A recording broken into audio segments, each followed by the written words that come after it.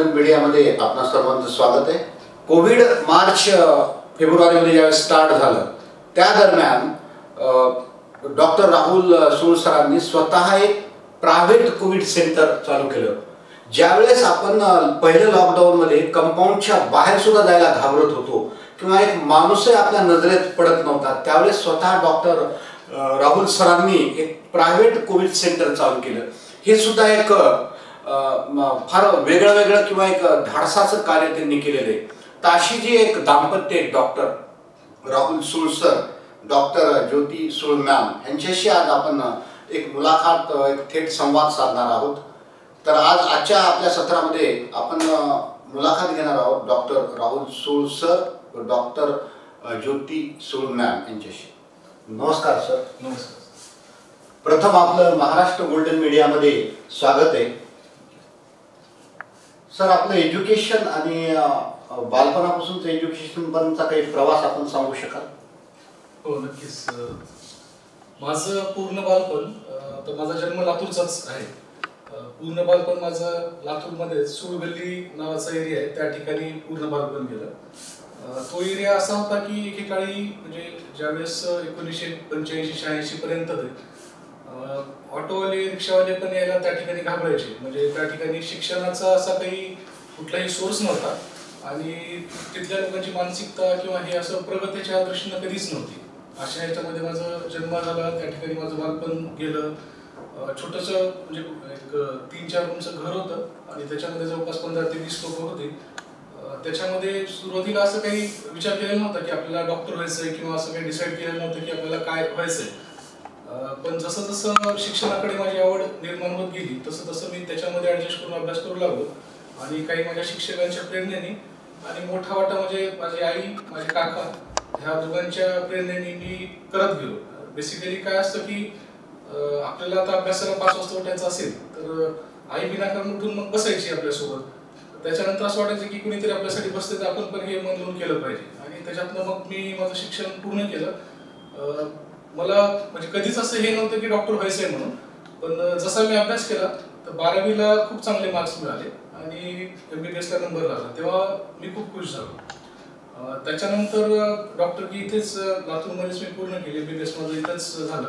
इथे पूर्ण केल्याच्या नंतर माझं वैद्यकीय म्हणजे MDचं शिक्षण हे औरंगाबादला झालं। त्याच्यानंतर तिथेच न थांबता मी फेलोशिप इन क्रिटिकल केअर म्हणजे जे एकदम क्रिटिकल केअर पेशंट असतात त्याच्यामध्ये माझी फेलोशिप मी मुंबईला केली, बॉम्बे हॉस्पिटलमध्ये। तिथे असताना जवळपास मी स्टेबल झालेलो होतो आणि तिथनं मला काही ऑफर्स होत्या बॉम्बे हॉस्पिटलमधूनच की नेफ्रोलॉजीमध्ये मला चांगली पोस्ट देत होते ते, पण कुठेतरी मला लातूरमध्येच यायची ओढ होती। सगळे लोक इथेच होते तर त्याच्यामुळे मी परत लातूरमध्येच येऊन इथेच छोटंसं हॉस्पिटल चालू केलेलं होतं आणि जवळपास मी 2011 पासून आता इथे प्रॅक्टिस करत आहे। सध्या मी इथेच माझं एक छोटंसं हॉस्पिटल आहे आणि एक 100 बेडचं मल्टी स्पेशालिटी हॉस्पिटल चालवतोय सध्या। जवळपास आता 10 वर्ष झाली आता इथल्या प्रॅक्टिसला। आम्ही सगळं व्यवस्थितरित्या रन करतोय। मॅम, आपल्या बालपणाचं आणि आपलं एज्युकेशन पर्यंत सांगू शकाल थोडक्यात? हो, माझं बालपण माहेर जे आहे ते औरंगाबाद इथलं आहे। माझं under graduation grand medical college Mumbai येथे झालं, नंतर पोस्ट ग्रॅज्युएशन गायनॅकमध्ये नागपूर येथे झालं आणि नंतर सरांसोबत लग्न झाल्यानंतर मुंबईलाही मी कामा हॉस्पिटल येथे काम केलं आणि असाच एक म्हणजे विषय होता की औरंगाबाद, मुंबई, नागपूरसारख्या शहरात मी शिकलेली वाढलेली, लातूरमध्ये सेटल होईल का असं भरपूर जणांना एक विचार होता। पण सरांनी फक्त एकदाच म्हणाले की आपल्याला लातूरला सेटल व्हायचं। मी एकही शब्दाने त्यावर वाद घातला नाही। सरांच्या इच्छेनुसार आम्हाला लातूरमध्ये राहून लातूरमध्ये ॲज अ डॉक्टर काम करायचं होतं। तो निर्णय मी सरांसोबत घेऊन आम्ही लातूरमध्येच सेटल झालो आणि जसं सरांनी सांगितलं की जो भाग होता गाव भागामध्ये तिथे राहत होतो, मी आल्यानंतर तर तो भाग सोडला होता, पण अशा परिस्थितीतलं एक सूळ कुटुंब होतं की जिथे स्त्रिया खूप म्हणजे मागेच राहत होत्या कुठल्या ह्याच्यात। त्यामध्ये म्हणजे मी ॲज अ सून म्हणून जाणं म्हणजे हे मला पण एक चॅलेंजिंग गोष्ट होती, पण सगळ्यांनी मला त्या गोष्टीत सगळ्या बाबतीत सपोर्ट केला माझ्या फॅमिलीने आणि आता सरांनी सांगितल्याप्रमाणे आमचं multi speciality hospital, private hospital एक आहे ते आम्ही चालवत आहोत, एकमेकांना सपोर्ट करत आहोत। सर्वात महत्त्वाची गोष्ट म्हणजे ह्या दोघांच्या बाबतीत म्हणजे सरांचं मॅमचं ज्यावेळेस आमचं डिस्कशन झालं आमच्या टीमचं, तर त्यांना असं कुठलीच पार्श्वभूमी नाही आहे की त्यांच्या अगोदर परिवारामध्ये कोणी एज्युकेशनच्या बाबतीत, पण हे दोघंही डॉक्टर झाले, टॉपला गेले आणि हॉस्पिटल टाकलेले. आणि सर्वात महत्त्वाची गोष्ट कोणती की आपल्याला हे जाणून घ्यायचं सरांकडून की लॉकडाऊनचा पिरियड सुरू झाल्यानंतर सरांनी ज्या काही प्रायव्हेट हॉस्पिटल टाकून गोष्ट केली त्या बाबतीत सगळीकडे फिअर असताना सरांनी कसं काय केलं ह्या बाबतीत आपल्याला मेन आपल्या व्ह्युअर्सचं जे म्हणणं होतं तो मुद्दा आपण घेऊ. तर सर मला आपल्याला हा डायरेक्ट पार्ट विचारायचा की ही डेअरिंग तुमच्यामध्ये कशी, सेल्फ कॉन्फिडन्स आहे का, म्हणजे काय म्हणू शकतो आपण एक डॉक्टर स्वतः, कारण आम्ही पाहिलेले त्यावेळेस न्यूज चॅनल कंटिन्यूस चालू होते आणि त्याच्यावरही डॉक्टर सुद्धा खूप जणांनी राजीनामे दिले, नको म्हटले because of fear of Covid as well as care of family. मग अशा परिस्थितीत आपण हे इतकं डेअरिंग किंवा उत्कृष्ट कार्य कसं काय केलं सर, या बाबतीत सांगा. विषय बरोबर आहे. ॲक्च्युली सुरुवातीपासून सांगतो, ज्यावेळेस कोविड-19 हा आजार म्हणजे पूर्ण जगामध्ये चालू झाला, इनफॅक्ट सांगायचं तर त्यावेळेस जो 27-26 फेब्रुवारीला आम्ही इटलीमध्ये होतो, दोघेही इटलीमध्ये होतो. आणि त्यावेळेस इटली, फ्रान्स आणि रोममध्ये कोविडची चांगली सुरुवात झालेली होती, बऱ्यापैकी सुरुवात झालेली होती. आणि 26 फेब्रुवारीला तिथे डेथ चालू झाल्या होत्या इटलीमध्ये. आम्ही ज्यावेळेस इटलीमध्येच होतो त्यावेळेस आम्हाला फक्त हे न्यूजवरती कळत होतं, पण आम्हाला हे माहिती होती की कशा प्रकारचा आजार आहे. आम्ही तिथे मास्क वापरायला चालू केलं. तिकडचं सांगायचं झालं तर तिकडे बरेच पेशंट जे होते, तिथली पॉप्युलेशन जी आहे तर मोर दॅन 50 आहे, 50 वर्षाच्या जास्त पुढचे लोक जास्त आहेत त्या ठिकाणी. आणि तिथे डेथ रेट त्याच्यामुळे जास्त होता. त्याच्यानंतर तिथला डेथ रेट बघितल्याच्यानंतर आमच्या मनात इथपर्यंत भीती होती की हा रोग इंडियामध्ये आल्याच्यानंतर नक्की काय होईल हे काहीच सांगता येत नव्हतं, कारण की हा आजार एकदम नवीन व्हायरल आहे हे माहिती होतं सगळ्यांना, पण ह्याचं स्वरूप कसं राहील, किती वेळेस होईल, दुरुस्त होण्याचे चान्सेस किती, ह्याला औषधी काय, हे कुणालाच काहीच माहिती नव्हतं. त्याच्यानंतर ज्यावेळेस आम्ही इंडियामध्ये आलो त्यावेळेस इथे अजून एकही पेशंट नव्हता. त्याच्यानंतर 15 मार्चपासून इकडे त्याच्या पुढे इकडे लॉकडाऊन वगैरे चालू झालं. जेव्हा इथे इंडियामध्ये पेशंट चालू झाले तोपर्यंत कुणाला माहिती नव्हतं की हा आजार ट्रीटमेंट कशी करायची किंवा काय काय, म्हणजे देशामध्येच पूर्ण म्हणजे जगामध्येच नवीन असल्यामुळे कुणाला काहीच त्याचं कुठलंही लिटरेचर नव्हतं किंवा कुठलाच भाग असा नव्हता की एकदम सगळे अननोन होते याच्याशी. त्याच्यामुळे सगळ्यांच्या मनामध्ये भीती होती की ह्याला डील कसं करायचं. आता कॉमन पॉप्युलेशन आणि मेडिकल फील्डमध्ये असणारे लोक यांच्यामध्ये थोडासा फरक हा असतो की कॉमन पॉप्युलेशनला हा आजार म्हणजे भूतासारखे असतात, म्हणजे बाकी काहीच माहित नसतं, हा येतो आजार आणि बाबा लोक मरून जातात एवढं त्यांना माहिती असतं. आणि मेडिकल फील्डवाल्यांना एवढं माहिती नक्की असतं की हा आजार कशामुळे होतो, याला प्रिकॉशन्स काय घ्यायला पाहिजे. तर त्याच्यामुळे इनिशियली जेव्हा हे चालू झालं तेव्हा हॉस्पिटल लॉकडाऊन असल्यामुळे हॉस्पिटल वगैरे सगळे त्यावेळेस इमर्जन्सी सर्व्हिसेस फक्त चालू होत्या, अदरवाईज ओपीडी वगैरे सगळं बंद ठेवलेलं होतं. पण कुठेतरी लोकांपर्यंत माहिती जावी म्हणून आम्ही बरेच व्हिडिओ, माझ्या मुलीने देखील व्हिडिओ केलेले आहेत, ओजस्वी नाव आहे त्याचं, की हँडवॉश कसा करायचा याचा एक 30 ते 40 सेकंदाचा व्हिडिओ तिनं प्रॉपरली करून आम्ही तो फेसबुकवर टाकला. त्याच्यानंतर आम्ही बरेच लिटरेचर लिहिले की डूज अँड डोंट्स, म्हणजे ह्याच्यामध्ये लोकांनी काय काळजी घ्यावी आणि काय घेऊ नये, हा सुरुवातीचा पार्ट होता. पण कुठेतरी आता म्हणजे होऊ नये म्हणून हे ठीक आहे, पण झाल्याच्या नंतर पेशंटला म्हणजे काय करायचं, त्यांनी जायचं कुठं, कारण की तसं कुठलं कोविड सेंटर, कारण की कोविड हा आजार असा आहे की एकाला झाल्याच्या नंतर तो बऱ्याच जणांना होतो. त्याच्यामुळे 4 बेडचं किंवा 10 बेडचं हॉस्पिटल टाकून कुठल्याही याच्यामध्ये त्याचं समाधान होणार नव्हतं. लातूरमध्ये सगळ्यात मोठा सेटअप म्हणजे गव्हर्नमेंट मेडिकल कॉलेजला त्यांनी तसा तयार ठेवलेला होता, पण तिथलेही डॉक्टरांचे काही लिमिटेशन्स आहेत, तिथल्या स्टाफचे काही लिमिटेशन्स आहेत, ते एका मर्यादेच्या पुढे काम करू शकत नाही.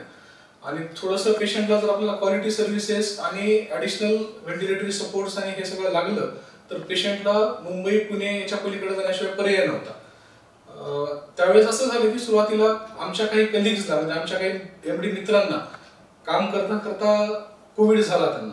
आणि दुर्दैवाची गोष्ट अशी की त्यावेळेस कोविड सेंटर लातूरमध्ये प्रायव्हेट कुठलंही नव्हतं आणि त्यांना तिकडे शिफ्ट करायला लागलं. ते चांगले झाले, पण ती गोष्ट कुठे कधी मनाला लागली नाही की हे आज त्यांना झालेलं आहे, उद्या अजून कुणाला झालं त्यांना परत तिकडे जावं लागेल. आपले फॅमिली मेंबर्स आहेत किंवा आपले अजून दुसरे कलिग्स आहेत, ह्यांना झाल्याच्या नंतर प्रत्येकाला तिथपर्यंत जाणं पॉसिबल नाहीये.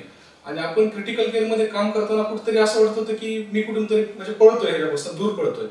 आमचे जे काही सिनियर्स होते त्यांनी खूप चांगलं गायडन्स केलं की कुठेतरी आपल्याला पुढे यायला पाहिजे. याच्यामध्ये घरच्यांचा खूप विरोध होता की बाबा कशाला आपण त्याच्यामध्ये जायचं, बाकी सगळे कोण करत नाहीये, मग आपण का करायचं. पण कुठेतरी मला ते थोडं त्यापासून दूर पळणं नको वाटलं आणि त्यावेळेस मी डिसिजन घेतले की नाही, आपल्याला आता पुढे येऊन कुठेतरी हे चालू केलंच पाहिजे. सुरुवातीला कमी बेडनी चालू करू, पण आपण हे करायला पाहिजे. आणि त्याच्याविषयी मी बऱ्याच म्हणजे पहिले अगोदर मुंबईला काही लोकांशी बोललो जे ह्याच्यामध्ये ऑलरेडी काम करत होते, पुण्याला बऱ्याच जणांशी बोललो आणि त्यांच्याकडनं पूर्णपणे अगोदर गायडन्स घेतलं. त्याच्यानंतर दुसरा स्टेप होता, आता ही माझी मनात तयारी झाली, पण त्यावेळेची परिस्थिती अशी होती की आमच्या स्टाफला समजून सांगण्याची गरज होती, कारण की कुणीच करायला तयार नव्हतं. स्टाफच्या कितीतरी मिटिंग घेतल्या, त्यांना पर्सनली समजून सांगितलं की ह्याचे ॲडव्हान्टेज काय, डिसएडव्हान्टेज काय. झालं तर त्यांना आम्ही रिअश्युअर केलं की तुमची पूर्ण ट्रीटमेंट मी माझ्या हॉस्पिटलमध्येच करेल आणि फ्री ऑफ कॉस्ट करेल, इथपर्यंत त्यांना हे केलं. मग त्यांना समजून सांग, आता माझा स्टाफ जो आहे तो जवळपास 10 ते 15 वर्षापासून तोच आहे, तर त्यांना त्या गोष्टी पटल्या देखील. म्हणजे बेसिक उदाहरण काय होतं की तुमच्या घरामध्ये कोणाला झालं तर तुम्ही काय कराल, हा सगळ्यात महत्त्वाचा प्रश्न मला होता, जे मी त्यांना सांगितलं. त्याच्यानंतर त्यांनी बऱ्याच गोष्टी ऍक्सेप्ट केल्या. त्याच्यानंतर त्यांची साथ मिळाली, म्हणजे माझ्या स्टाफची आणि बाकी सगळ्या डॉक्टर कलिगची साथ मिळाल्यामुळे मी ते निर्णय घेतला की आपण कोविड सेंटर ह्या ठिकाणी चालू करू. सुरुवातीला चालू करताना मला अंदाज नव्हता की कोविड, आता माझं 100 बेडचं हॉस्पिटल आहे, त्या ठिकाणी सगळ्या फॅसिलिटीज आहे, CT scan, MRR, cath lab आहे, अँजिओग्राफी, अँजिओप्लास्टी होतात, सगळ्या सर्जरीज होतात. पण मला हे एक नक्की माहित होतं की ज्यावेळेस मी कोविड सेंटर त्या ठिकाणी चालू करेल त्यावेळेस नॉन कोविडचे पेशंट याला 100% घाबरणार त्या ठिकाणी. तर हे खूप मोठं डिसिजन होतं की एक्झिस्टिंग सगळं आपण सेटअप पूर्ण कमी करणार आणि कोविडसाठी हे करणार, तर कितपत कोविडचे पेशंट येतील, त्याच्यानंतर ते किती दिवस चालेल किंवा कसं चालेल हे काहीच म्हणजे पूर्ण अंधार होता पुढचा. पण मी तो निर्णय घेतला, सगळ्यांच्या पाठिंब्याने हा निर्णय घेतला. आम्ही कोविड सेंटर चालू केलं. चालू करताना आम्ही ठरवलं की 15 बेड्स आपण चालू करूयात, कारण की ते जर करता आलं तर आपण पुढे जाऊयात. 15 बेडचं कोविड सेंटर चालू केलं. मला असं वाटलं की 5-6 दिवसामध्ये 15 बेड फुल होऊन जातील. चालू केल्यावर ज्या दिवशी मी डिक्लेअर केलं की मी 15 बेडचं चालू केलेलं आहे, सर एक तासामध्ये जवळपास पूर्ण 15 पेशंट आले. कोविड म्हणजे ते 15 कोविडचा युनिट पूर्ण भरून गेला. दुसऱ्या 2 दिवसामध्ये मला 60 बेड करावे लागले आणि 60 बेड जवळपास पूर्ण चालू केल्या 8 तासामध्ये पूर्ण फुल होऊन गेले. म्हणजे पेशंट एवढे जास्त होते आपल्या लातूरमध्ये कोविडचे, ज्यांना की खरंच ट्रीटमेंटची गरज होती. त्याच्यानंतर बाकीच्या कलिगशी मी बोललो की खरंच गरज आहे आणि तुम्ही चालू करा. त्याच्यानंतर बऱ्याच जणांनी, आमच्या नंतर खूप जणांनी चालू केलं. पण जे आमचं सेटअप होतं ते कंटिन्यू 60 ते 70 पेशंट 2 ते 3 महिने अविरत कार्य केलं आम्ही. म्हणजे लिटर कितीतरी दिवस, आता घरी माझी सिनियर आई असते आणि मुलं असतात, त्याच्यामुळे मला बरेच सॅक्रिफाईस करावं लागले त्याच्यामध्ये, पण मी ते केले. पण त्याच्यामध्ये काम करताना मला जे आनंद मिळाला किंवा जे मला मनाचं समाधान मिळालं ते मी असं शब्दामध्ये व्यक्त करू शकत नाही. म्हणजे खरंच तो एक म्हणजे भिन्न पार्ट होता माझ्यासाठी आणि त्याच्यामधूनच मला चालना मिळत गेली. म्हणजे जे पेशंट ऍडमिट व्हायचे त्यांना पर्सनली जाऊन भेटणं, बोलणं. त्याच्यामध्ये कोविड-19 मध्ये मी एक ऑब्झर्वेशन जे केलं, ज्याला कोविडचा रिपोर्ट पॉझिटिव्ह आला त्यांच्या मनामध्ये अशी एक भीती होती की आता आपल्याला कोविड झालेला, एक तर समाजाने त्यांना दूर केलेलं असतं, त्यांच्याकडे कुणीच म्हणजे लक्ष द्यायचं नाही, बोलायचं नाही, इव्हन म्हणजे कुणी जवळ जरी आलं तरी ते दूर जायचे त्यांच्यापासून. त्याच्यामुळे त्यांची मानसिकता प्रचंड खचलेली असायची. दुसरा पार्ट हा झाला की आता कोविड झाल्याच्या नंतर मग दुरुस्त होतो का नाही, म्हणजे जगतो का नाही, हा दुसरा पार्ट असायचा. म्हणजे काउन्सिलिंग हा पार्ट खूप महत्वाचा वाटला मला याच्यामध्ये. आणि त्याच्यानंतर कारण की मेडिसिन, असे शाश्वत मेडिसिन आपल्याकडे नव्हतेच, कुणाकडेच नव्हते. नंतर आता 2 मेडिसिन चालू झालेले, ते सगळ्यांनी गाईडलाईन्स नुसार चालू केलेले. पण तोपर्यंतचा पार्ट हा होता की मेडिसिन्स अवेलेबिलिटी नव्हती. म्हणजे जेव्हा मेडिसिन्स आले तेव्हा अवेलेबल नसायचे. त्यातल्या आता मी डिसाईड करू कुठल्या पेशंट क्रिटिकल आहे त्याला मेडिसिन द्यायचं, असं हे करून आम्ही सगळं ते हे केलं. पण सगळ्यात मोठा पार्ट जो होता, पेशंट ऍडमिट झाले त्यांची व्यवस्थित काउन्सिलिंग केलं, त्यांना हात लावून बोलायचो आम्ही. त्यांना हात लावल्याच्या नंतर म्हणजे कित्येक नंतर म्हणजे डोळ्यातनं पाणी यायचे. असे 1-2 म्हणजे हार्ट टचिंग हे गोष्टी 1-2 मी जस्ट हे बोलतो तुम्हाला की 42 वर्षाचे एक गृहस्थ ऍडमिट झाले होते. त्यांची म्हणजे त्यांचं 18-19 वर्षात लग्न झालेलं होतं, म्हणजे मारवाडी समाजाचे. आणि त्यांची मुलंही मोठे, म्हणजे 20-22 वर्षाचे त्यांची मुलं सगळे काम करत होते. त्यांना कोविड झाला. कोविड झाल्याच्या नंतर त्यांना ऍडमिट करायला लागलं. ज्यावेळेस त्यांचा कोविडचा रिपोर्ट आला त्यावेळेस त्यांचे काही नातेवाईक त्यांना भेटायला येणार होते. तर कोविडचा रिपोर्ट पॉझिटिव्ह आल्यावर नातेवाईकांनी भेटणं टाळलं. आणि ते एक्झॅक्ट बरोबर आहे, कारण की सोशल डिस्टन्सिंग पाळणं महत्वाचंच होतं, भेटणं गरजेचं. म्हणजे त्यावेळेस असं इमिजिएट म्हणजे अर्जंट असल्याशिवाय भेटू नका हे सगळे गाईडलाईन्स क्लिअर झालेले होते. त्यांना ऍडमिट केलं. ऍडमिट केल्याच्या नंतर लिटरली म्हणजे त्यांनी दुसऱ्या-तिसऱ्या दिवशी मी त्यांना जाऊन भेटलो, सगळं व्यवस्थित होतं. तिसऱ्या दिवशी त्यांना रडू आलं की म्हणे काही नातेवाईक फोनवर बोलायला पण घाबरतात म्हणे मला, आणि बोलत नाहीत म्हणे की फोनवरून करोना होईल असं त्यांच्या डोक्यामध्ये समज होता. म्हणजे मला फार हसू आलं त्या ठिकाणी की अशी मानसिकता पण समाजामध्ये. आणि ते अतिशय घाबरून गेलेले. 5व्या-6व्या दिवशी ते डिस्चार्ज झाले. डिस्चार्ज होताना एकदम खुश होते, समाधानी होते. त्याच्यानंतर जाताना त्यांनी आमचा सत्कार वगैरे केला. पण एक समाधानाची बाब असते की त्या पेशंटला आपण मेंटल काउन्सिल करून त्यांना खुश ठेवलं. दुःखाची गोष्ट अशी होती की त्यांचे जे मुलं होते त्यांनी त्यांना एकदाही फोन केला नाही, त्यांना एकदाही भेटायला त्या ठिकाणी हॉस्पिटलमध्ये किंवा त्यांच्या कॅम्पसमध्ये आलेलं नाही. तर त्यांना म्हणजे हे आम्हाला त्यांनी सांगितलं की असं असं झालं आणि मी त्यांच्या नावाने एवढा इन्शुरन्स करून ठेवलेला आहे, असं आहे तसं आहे. मला असं वाटलं की म्हणजे माझा जर हेल्थ इन्शुरन्स किंवा नुसतं हेल्थ इन्शुरन्सच करून ठेवला असतं तर बरं झालं असतं, असं ते हे केलं. त्यांना आम्ही म्हणजे ह्याच्यामध्ये पण आपला दुसरा पार्ट असतो. मग त्यांना आम्ही समजून सांगितलं की मला त्यांनी इथे येणं हे त्यांच्यासाठी रिस्की आहे. ते इथं आले किंवा कुठल्या कोविडच्या दुसऱ्या पेशंटच्या संपर्कात आले तर त्यांना कोविड होऊ शकतो. त्याच्यामुळे असं समजून तो पार्ट एक झाला. आणि दुसरा एक थोडासा विनोदाचा भाग सांगतो. 70 वर्षाचे एक आजी आणि आजोबा ऍडमिट झाले होते. त्यांना शुगर, बीपी हा सगळाच आजार होता. जवळपास 2 आठवड्याच्या पुढे ते ऍडमिट होते, म्हणजे 16 ते 17 दिवसापर्यंत ऍडमिट होते. त्यांना सर्व प्रकारची ट्रीटमेंट दिली. सिरियस अवस्थेतून ते दुरुस्त झाले पूर्ण. दुरुस्त झाल्याच्या नंतर जेव्हा ते माझ्याकडे फॉलोअपला आले 7 दिवसानंतर माझ्या ओपीडीला आले, ते ओपीडी आल्याच्या नंतर आजोबा आणि आजी असे दोघे आले. आजोबांनी अशी लिस्ट काढून आणली होती. त्यांच्या मनात काही प्रश्न होते, कॉमन प्रश्न होते. म्हणजे आता मी दुसऱ्यांसोबत कधी मिक्स होऊ शकतो किंवा आता मी टॉयलेटला जाऊन आल्याच्यानंतर ते टॉयलेट दुसऱ्यांनी कधी यूज करावं, मी ज्या बेडवर झोपतो त्याने दुसऱ्याने त्या बेडवर झोपावे की नाही, आम्ही किचन मध्ये जाऊ शकतो का, बोलकरीला आम्ही आता बोलवू शकतो का, हे बरीच लिस्ट त्यांनी बोलवली होती. मग त्यांनी लिस्ट पूर्ण वाचून दाखवली. मग मी आजींना विचारलं त्यांच्या लिस्ट चालू असतानाच की तुमचे काही प्रश्न नाहीत का. आजी म्हणाले की ह्यांचं उद्या मग मी बोलते. मी म्हटलं ठीक आहे, काही हरकत नाही. मग सरांची लिस्ट झाली की मग आजीने विचारलं, विचारा म्हणलं तर तुमचं काय प्रश्न आहे. आजीने माझ्याकडे डोकं असं केलं आणि म्हणाले की हे जे दिसतंय ना म्हणे, हा बघितलं तर असं बाजूचे केस काळे होते आणि मधले असे पांढरे होते. म्हणजे आता ह्याला मी डाय करू शकते का हा एकच प्रश्न त्यांनी विचारला. म्हणजे ऍक्च्युली मला सांगायचा उद्देश आहे की कोविडचं काम करताना ह्या जो म्हणजे एक हार्ट टचिंग ह्या ज्या गोष्टी होत्या ना त्या मला खूप आनंद देऊन गेल्या आणि त्याच्यामुळे प्रोत्साहित झालो. आज पण मी कोविड युनिट चालवतो. आमच्या कुठल्याही स्टाफच्या मनामध्ये भीती नाहीये बिलकुल. आम्ही म्हणजे जसं काही फॅमिली मेंबर्स असतात असं सगळ्या पेशंटला जाऊन भेटून बोलून टच करून हे करतो. पण ड्यू प्रिकॉशन्स, आम्ही प्रिकॉशन्स पूर्ण घेतो. मास्क असतात, गाऊन असतो किंवा ग्लोव्ज असतात, हे सगळं रुटीनली आम्ही फॉलो करतो. आजही आमचं नॉन कोविड युनिट चालू आहे पण कोविड युनिट पण आमचं चालूच आहे. तर त्याच्यामध्ये मी अतिशय समाधानी आहे. आणि हे सगळ्यांच्या प्रोत्साहन, पेशंट त्यांची मेंटॅलिटी आणि नातेवाईकांचा सपोर्ट आणि डॉक्टर लोकांचा सपोर्ट, ह्याच्यामुळे आम्ही हे सगळं करू शकलो.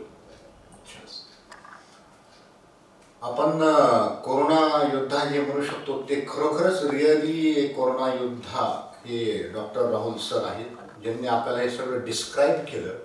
जरी त्यांनी एक मोमेंट हसण्याचे सांगितले पण हे एक जीव धोक्यात घालून स्वतःच्या जीवावर उदार होऊन असे उत्कृष्ट त्यांनी कार्य केलेलं आहे. मॅम, आपण विविध संस्थांवर आहात, सोशल टचमध्ये आहात. आपल्याही खूप काही आम्ही सरांच्या बाबतीत सपोर्टिव्ह असतात किंवा 1-2 पार्ट मला असे वाटतात की ज्यावेळेस सर कोविड प्रायव्हेट स्टार्ट केलं त्यावेळेस तुम्ही किंवा तुमच्या घरचे फॅमिली मेंबर ह्यांना काय प्रश्न पडला, त्याचबरोबर आपलं सोशल वर्क ह्या बाबतीतही आपण सांगा आणि आपल्या हॉबीज काय. कारण काय की आपण दोघंही बिझी शेड्यूलमध्ये असतात, मग एकमेकांना आपण कसं इंटरॅक्ट करता किंवा कसं अंडरस्टँडिंग आहे आपली, ह्या बाबतीत आपल्या व्ह्युअर्सला सांगा. ज्यावेळेस सरांनी डिसाईड केलं की आपल्या हॉस्पिटलला कोविड सेंटर करायचंय तर पहिल्यांदा त्यांनी माझ्याशी डिस्कस केलं असं असं करायचंय. तर पहिला प्रश्न मला, आम्ही डॉक्टर असल्यामुळे आम्हाला कोरोना होईल ह्याचा पहिल्यांदा विचार आलाच नाही आमच्या मनात. त्याबद्दल आम्ही बिलकुल घाबरलेलो नव्हतो. आमच्या दोघांच्या मनात पहिला विचार आला की घरात आमचे 4 मुलं आहेत छोटे छोटे आणि आई आहेत ज्या मोर दॅन 60 इयर्स आहे. पहिले त्यांचा विचार आला की आपल्यामुळे त्यांना होईल का, आम्हाला होण्याचं आम्हाला खूप हे नव्हतं. तर पहिले ते डिस्कशन झालं की सुरू करायचं का. पण ॲज अ डॉक्टर जे आपण म्हणतो की कुणाला तरी पुढाकार घ्यावंच लागेल, समोर जावंच लागेल हे काम करण्यासाठी. डॉक्टरच मागे गेले तर मग कोण करणार.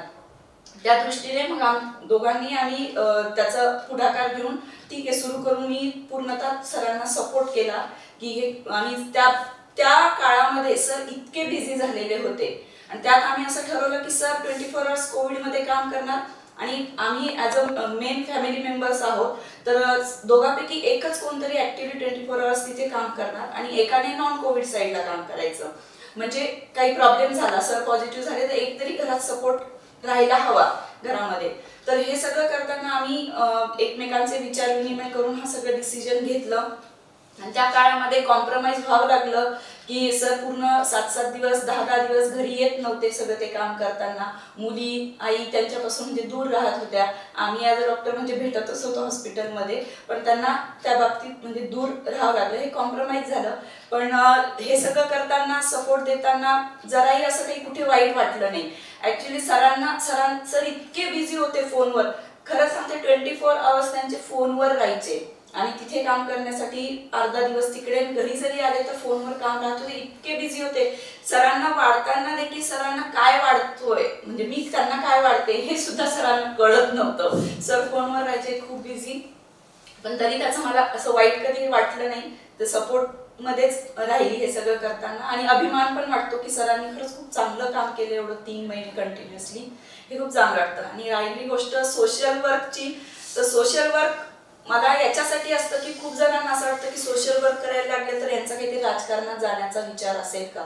पण पहिल्यापासून असा माझा कसलाही विचार नाही की आपण राजकारणात जाण्यासाठी सोशल वर्क करावं, किंवा काहींचं असं असतं की काहीतरी पैशांसाठी, पैसे मिळवण्यासाठी पुढे काहीतरी असलंही काही नाहीये. माझा फक्त एक इच्छा असते की आपण जगावं ना, आपली स्वतःची एक छोटीशी ओळख असावी, स्वतंत्र ओळख असावी आणि आपल्याला खूप जणांनी ओळखावं, एक वेगळ्या पद्धतीने ओळखावं. डॉक्टर हे प्रोफेशन आहे, ते म्हणजे ॲज अ डॉक्टर ओळखतीलच, पण एक वेगळी ओळख म्हणून आपली काहीतरी असावी ह्या विचाराने मी सोशल वर्क करत जाते. त्याचा काहीतरी उपयोग आहे पर्सनल, काहीतरी मला राजकारणात जायचा असा कसलाही भाग नाहीये. आणि ती पहिल्यापासून मला आवड आहे म्हणून काही ना काही माझे सोशल वर्क चालू असतात. ते माझ्या आवडीने मी करत असते ह्या सगळ्या गोष्टी. राहुल सर, आपण तर डॉक्टर म्हणून आता जेवढं डिस्क्राईब केले, स्वतःचं क्लिनिक चालवतात आणि कोविडसाठी स्वतःहून पुढं आलात. मला एक प्रश्न पडलाय, आपण जर डॉक्टर नसतात तर मग आपण काय मिलिटरीमध्ये किंवा काय झालं असतात आपण? कारण आपली जी एक डेअरिंग आहे, आज आपण फार मोठं उत्कृष्ट कार्य केलेलं आहे, तर आपण डॉक्टर नसतात तर काय झालं असतात? चांगला प्रश्न आहे हा.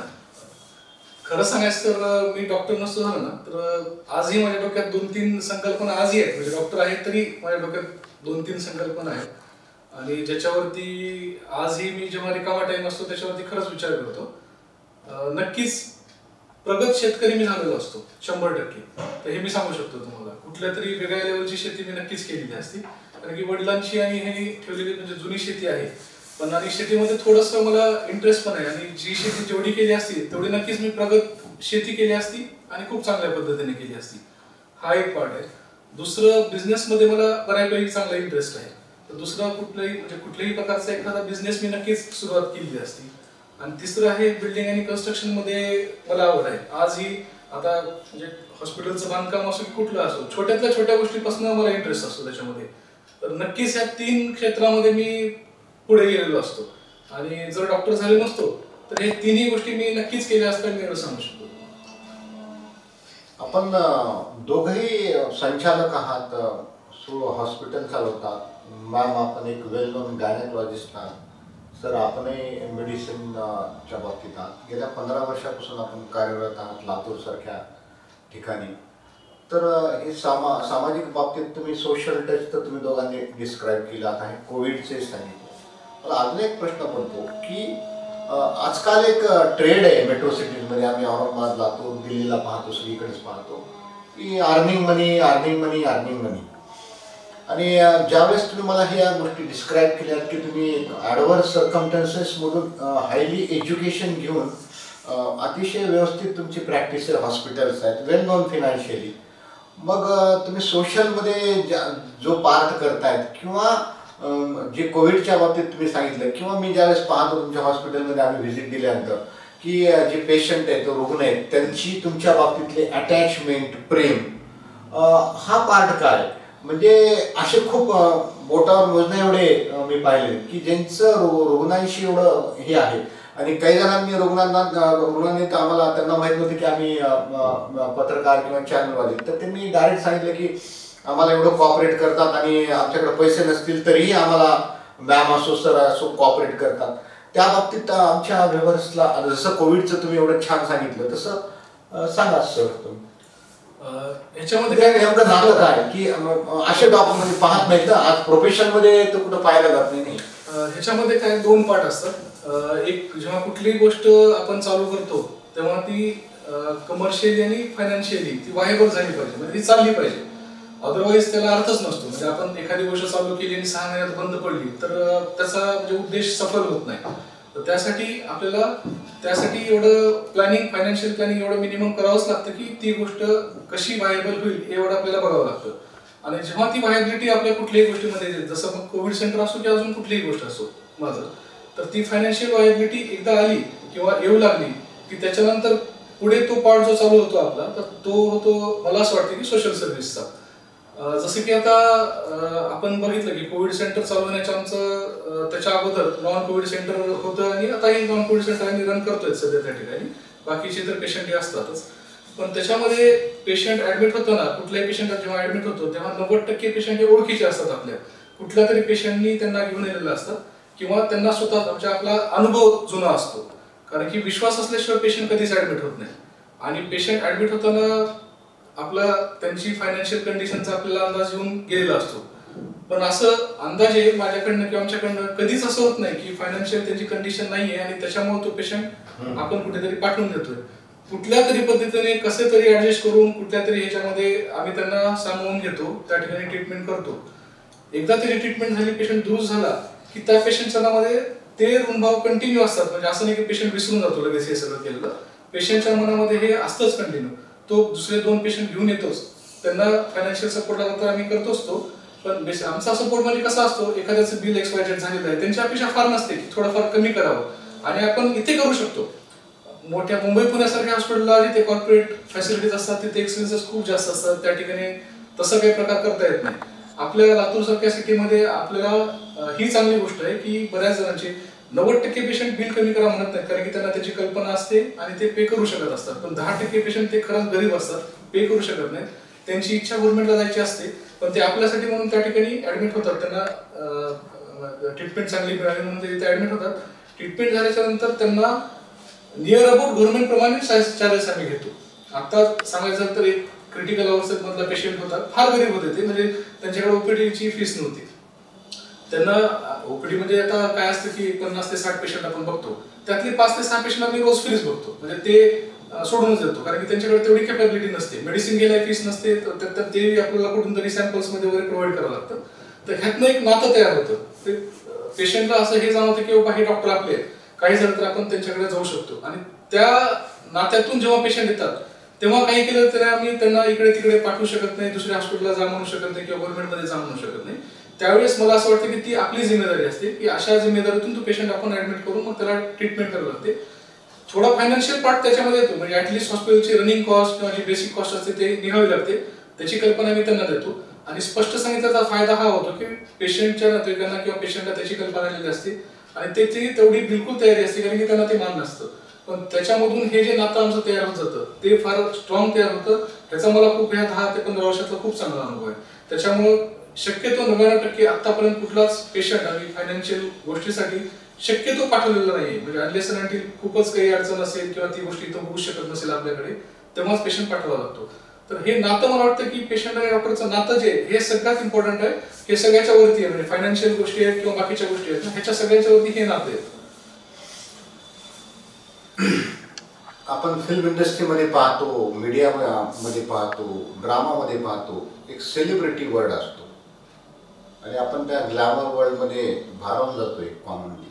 पण रिअल सेलिब्रिटी जे सगळं काही असताना, आपण एक म्हण आहे पैर जमी पे सोच ऊपर की सब कुछ होते हुए भी, सगळं काही असतानाही कोविडसारखं चालू करणं, आता जे सरांनी डिस्क्राईब केलं किंवा मॅमच्या बाबतीत बोलायचं तर ज्योती मॅम, मला एक आपल्याला प्रश्न विचारायचा आहे की आपण स्वतः वेगवेगळ्या संस्थेवर आहात, पदांवर आहात, सोशल टचमध्ये आहात, महिलांसाठी अवेअरनेस प्रोग्रामही घेतात, स्वतः वेल नोन गायनॅकोलॉजिस्ट आहात, हॉस्पिटलमधला हा तुमचा बिझी शेड्यूलचा वेळ, त्याचबरोबर सोशल वर्क आणि एक आपली तुमची एक पर्सनॅलिटी अशी झालेली आहे, एक लातूर जिल्ह्यात नव्हे अख्ख्या मराठवाडा महाराष्ट्रात म्हणू शकतो की वेल नोन आहे तुमचं. आम्ही अंकातही पाहिलेलं दोघांचे सरांचं तुमचं.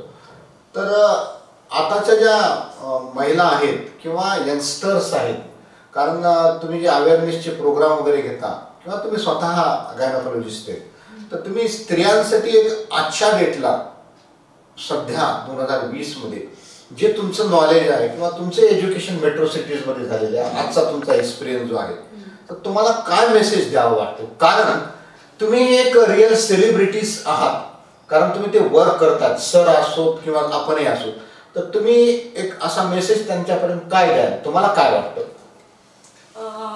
हा मेसेज देण्यासाठी मी थोडंसं म्हणजे माझी गोष्ट सांगते की याच्यापर्यंत मी हा मेसेज देण्यासाठी का प्रवृत्त झाली किंवा का सांगावं असं वाटतं. जसं मी तुम्हाला सांगितलं, माझं शिक्षण हे सगळं मेट्रो सिटीमध्ये झालेले आहे. इकडे येण्यापूर्वी फार प्रश्न होता की लातूरमध्ये सेटल होऊ शकेल की नाही होऊ शकेल. आणि मग जे माझं कुटुंब आहे, मला जे भेटलेलं आहे सासरचं कुटुंब, तर त्यांचं बॅकग्राऊंड असाच आहे की जे मी सासूबाईंकडनं ऐकते, त्यांच्या काळामध्ये काय परिस्थिती होती की स्त्रिया पुढे पण येणार नाही, त्यांनी घराच्या बाहेर पण पडणार नाही, त्यांना काही बाहेरचं विश्व माहीतच नव्हतं. मग लग्न झाल्यानंतर पहिल्यांदा एकदा मी माझ्या सासूबाईंना, आम्ही दोघे तिथे मुंबईला असताना मुंबईला बोलवलं. तर मुंबई पहिल्यांदा त्या असं एकदम बाहेर पडल्या आणि सगळं मुंबईचं बघून त्या फार खुश झाल्या. आणि तिथलं राहणीमान किंवा माझं सगळं वागणूक बघून तर त्यांना एक प्रश्न पडला की म्हणे बापरे ज्योती, इथे म्हणजे मुंबईला आल्यावर फारच मोठं असं भारी वाटतंय आणि तू राहू शकशील का लातूरमध्ये? हे सगळं लातूरमध्ये आल्यावर कसं म्हणे तुझं? मग आईनं एकच उत्तर दिलं, तुम्ही काही चिंता नका करू म्हटलं आई, मी लातूरलाच मुंबई करून दाखवेन. Very good. मग अशा याने मला एक वाटलं की मग इथे येऊन आईला पण ते विश्व दाखवावं आणि मला जे करण्याची इच्छा होती ते मी करूनच घेते. मे बी त्यांचं कधी मनात असेल, कुटुंबाच्या नसेल, तर मग माझं एक असतं की मला करण्यासाठी जर मला सपोर्ट लागत असेल तर माझी एक टॅक्ट असते की त्यांचा पण त्याच्यात इंटरेस्ट करून घ्यायचा, म्हणजे ते बरोबर त्याच्यात इन्व्हॉल्व्ह होतात.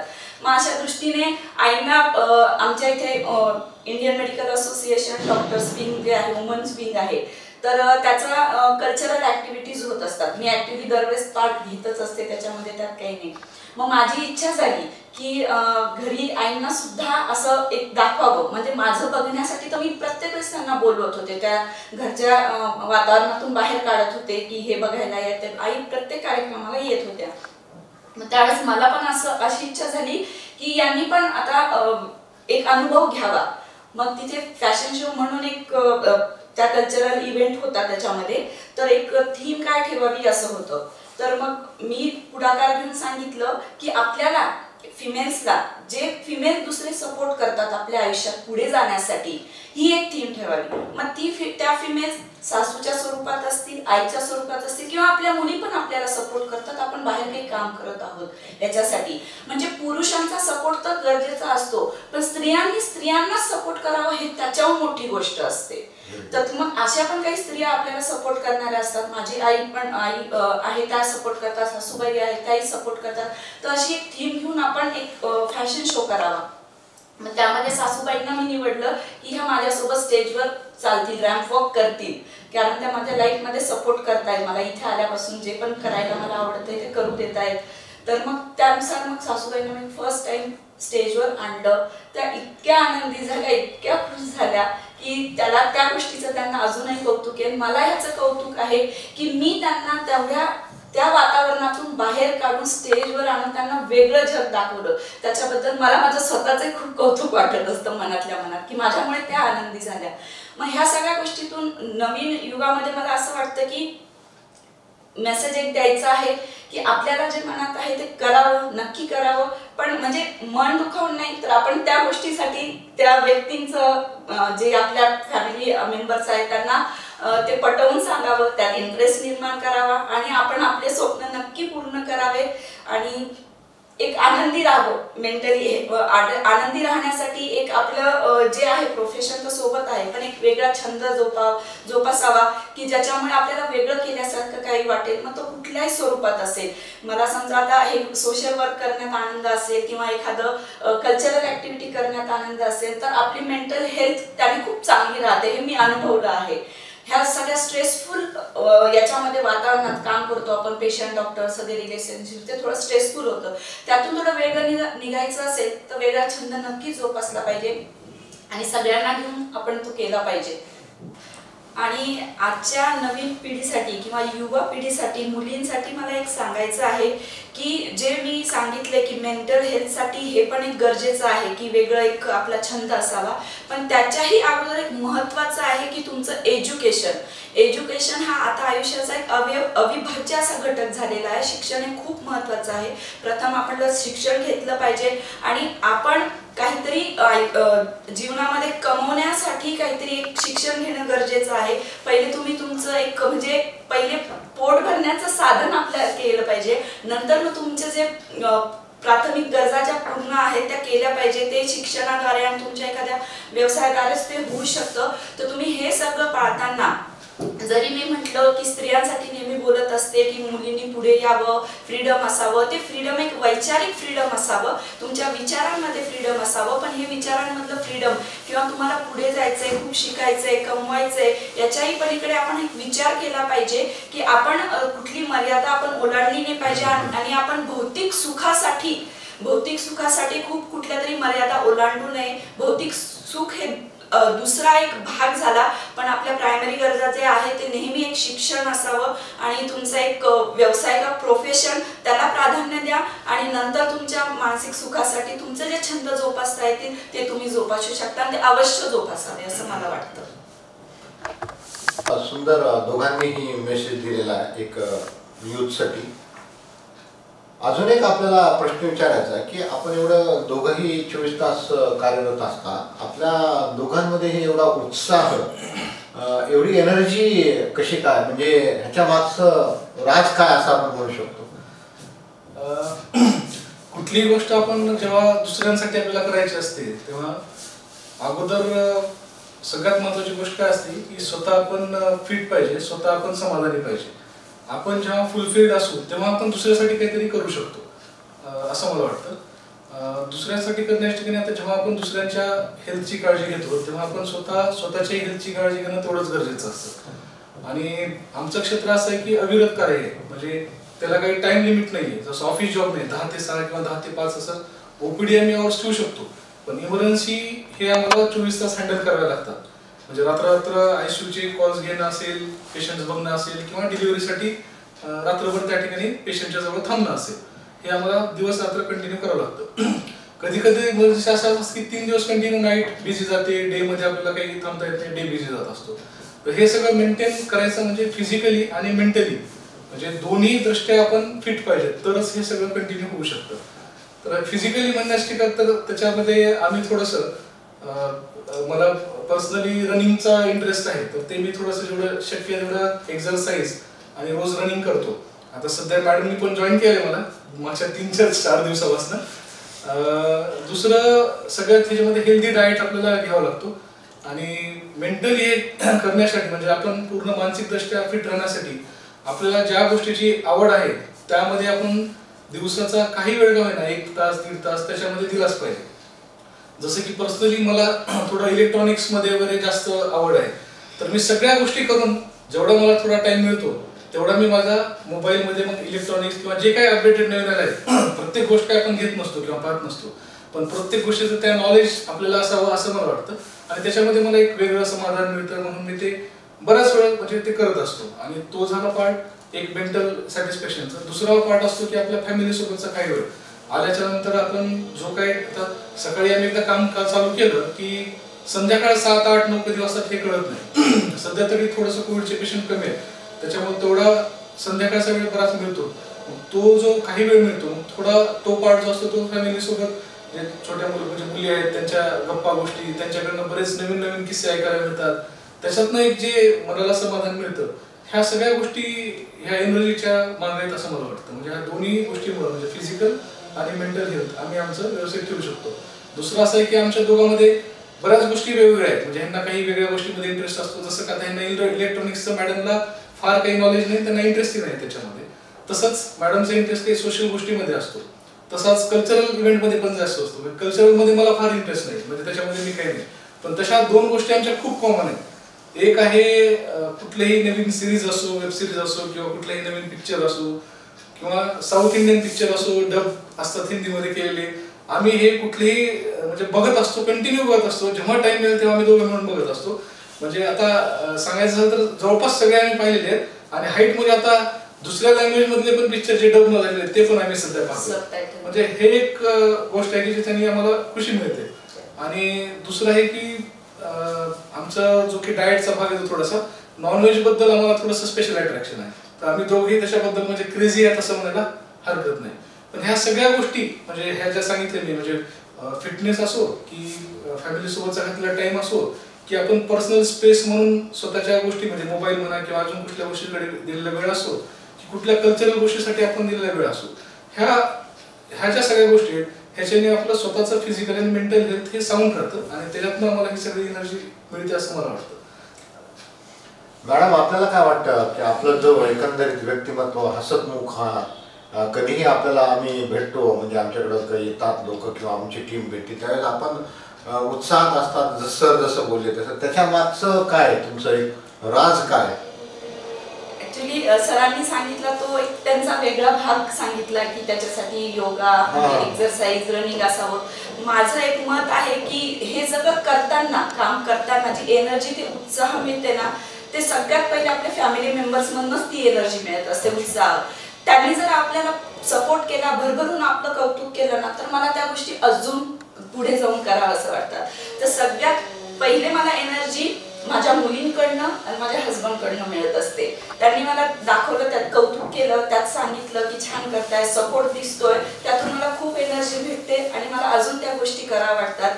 आणि आम्ही एकदम अपोजिट आहात. सरांची आवड निवड एकदम वेगळ्या, माझ्या आवड निवड एकदम वेगळ्या, तरी देखील आम्ही इतक्या वर्ष सोबत आहोत. तर ते आमच्या एकमेकांसाठी जो सपोर्ट आहे त्याच्यामुळे सपोर्ट आहे.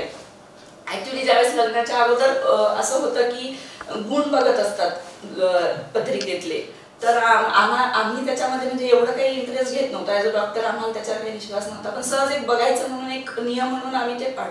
तर त्या 36 पैकी फक्त 12 गुण आमचे जुळले होते. मग ही गोष्ट आम्ही पुढेच नाही जाऊ दिली की नाहीच, आपण चर्चाच करायची नाही. 12 गुण. मग ते 12 गुणपैकी मला असं वाटतं की 6 गुण वेब सिरीज किंवा काही बघण्यासाठी असतील आणि 6 गुण नॉनव्हेज खाण्यासाठी, तेच 12 गुण आमचे जुळलेले आहे. आणि एकमेकांना आम्ही हॅपीली सपोर्ट करत असतो. त्यांचंही काम असेल तर मी सपोर्ट करते, काही ऑब्जेक्शन नसतं. माझंही काही असेल तर त्यांचं काही ऑब्जेक्शन नाही राहत. तर त्याच्यामुळे आम्हाला एकमेकांपासून सर्वात जास्त एनर्जी मिळते असं मला वाटतं आणि त्यात आम्ही खूप खुश आहोत. खूपच छान, अतिशय मोकळेपणानं डॉक्टर राहुल सर, त्याचबरोबर डॉक्टर ज्योती मॅम यांनी डिस्क्राईब केलेलं. म्हणजे ॲडव्हर्स सर्कमस्टन्सेसमध्ये एज्युकेशन घेऊन उच्च विद्या विभूषित झालेले दोघंही डॉक्टर, दोघांचे हॉस्पिटल, सामाजिक सोशल काम करायची आवड, विविध पुरस्कार, संस्थांना अटॅच, विविध सामाजिक कार्यात अग्रेसर किंवा ड्रामाचा पार्ट फॅशन डिझायनिंगपर्यंत, कोविड प्रायव्हेट वाढ काढण्याची डेअरिंग, अतिशय मोकळेपणाने दोघांनी आपल्याशी चर्चा केलेली आहे. आणि असे खूप कमी डॉक्टर दाम्पत्य आहेत की जे स्वतः व्यवसाय करून सामाजिक कार्याची आवड किंवा सोशल टच ठेवतात. शेवटी कसं असतं की आपण एक समाजाचा पार्ट आहोत किंवा आपण समाजाचं काही देणं लागतो, अशा प्रवृत्तीचे लोकच ह्या जगात खूप कमी आहेत असं म्हणू शकतो आपण. परंतु डॉक्टर कुटुंब जे राहुल सर असोत किंवा ज्योती मॅम असोत, त्यांनी एक वेगळा आदर्श आजच्या पिढी पुढे, आपल्या समाजापुढे ठेवलेला आहे. एक सेलिब्रिटी आहेत ते आणि अतिशय बिझी शेड्यूलमध्ये, आज संडे असतानाही त्यांनी खास वेळ काढून, आणि ॲक्च्युली राहुल सर आणि मॅम आम्हाला कोविडच्या बाबतीत नको म्हटली होती की आम्हाला कुठला पुरस्कार वगैरे पाहिजे नाही, आम्ही जे केलं ते एक समाजसेवेसाठी केलेलं आहे. परंतु मी सरांना म्हटलं की आपण जे केलेलं आहे, पहिलं एक डेअरिंगनं आपण कोविड वॉर्ड काढले, त्या बाबतीत डिस्क्राईब करा, म्हणून त्यांनी डिस्क्राईब केली. एक साधेपणानं मोकळेपणानं त्यांनी आपल्याशी चर्चा केली. महाराष्ट्र गोल्डन मीडिया हे जे आमचं चॅनल आहे, जे अल्पावधीत लोकप्रिय झालेले, त्या बाबतीत आपल्या दोघांच्या प्रतिक्रिया काय आहेत? खरं तर पहिले मला हे सांगायचं की मीडियामध्ये किती प्रचंड ताकद आहे हे सगळ्यांना सर्वश्रुतच आहे, सगळे बघतातच आहे. आणि आज आमच्या ज्या प्रोफेशनमध्ये, डॉक्टर प्रोफेशनमध्ये असं आहे की डॉक्टर पेशंट रिलेशनशिप किंवा डॉक्टर पेशंट आणि त्यांचे रिलेटिव्ह हे रिलेशनशिप इतकं ताणतणावाचं झालं आहे की परिस्थितीनुसार डॉक्टरांना देव करण्यात येतं आणि परिस्थितीनुसार दानव करण्यात येतं. तर हे मीडियाच्या हातात खूप प्रमाणात आहे की त्यांनी डॉक्टरांना कसं पोर्ट्रे करावं, की देव की दानव. तर एवढी प्रचंड ताकद मीडियाच्या हातामध्ये आहे असं मला वाटतं. बरोबर, ॲक्च्युली मला तेच वाटतं. आता महाराष्ट्र गोल्डन मीडियाच्या माध्यमातून आपण जे करतायत सध्या, ते मला असं वाटतं की त्याच्यामध्ये मीडियामध्ये खरंच एवढी प्रचंड ताकद असते की कुठलीही गोष्ट कशी दाखवावी हे याच्यावरती सगळ्या पुढच्या लोकांच्या ज्या रिॲक्शन असतात ह्याच्यावरती अवलंबून असतात. कुठली गोष्ट आपण फोकस कशी करतो. आणि मला असं वाटतं की पर्सनली तुमचं आपलं चॅनल जे आहे महाराष्ट्र गोल्डन मीडिया, हे खरंच ग्राउंड लेवलवरती काम करून सगळ्या गोष्टीची शहानिशा करून ज्या गोष्टी जशा आहेत आणि ज्या गोष्टी खरंच दाखवायला पाहिजेत त्या गोष्टी फोकस करून दाखवत आहे, जेणेकरून याच्यावरती एक समाज प्रबोधनाचं काम तुम्ही करत आहेत आणि खूप चांगल्या पद्धतीने करतायत असं मला वाटतं. आणि या सगळ्या गोष्टीसाठी आपल्याला खरंच शुभेच्छा. ह्याच्यासाठी प्रचंड जसं तुम्ही म्हणालात की कोविड चालू करण्यासाठी जी डेअरिंग लागते, तसं जे कार्य तुम्ही करतायत आता सध्या, आता चौधरी सर तुम्ही आहेत, हजारे सर आहेत, म्हणजे आपण ह्या महाराष्ट्र गोल्डन मीडियाच्या माध्यमातून जे गोष्ट करतायत विदाऊट कुठल्या इतर सपोर्ट असताना, तर ह्याच्यासाठी पण एक वेगळ्या प्रकारची डेअरिंग लागते असं मला वाटतंय. आणि त्यासाठी तुमच्या चॅनलला शुभेच्छा. धन्यवाद सर. आणि आपल्या पुढच्या कार्यास आमच्या महाराष्ट्र गोल्डन मीडिया चॅनल परिवारातर्फे शुभेच्छा सर.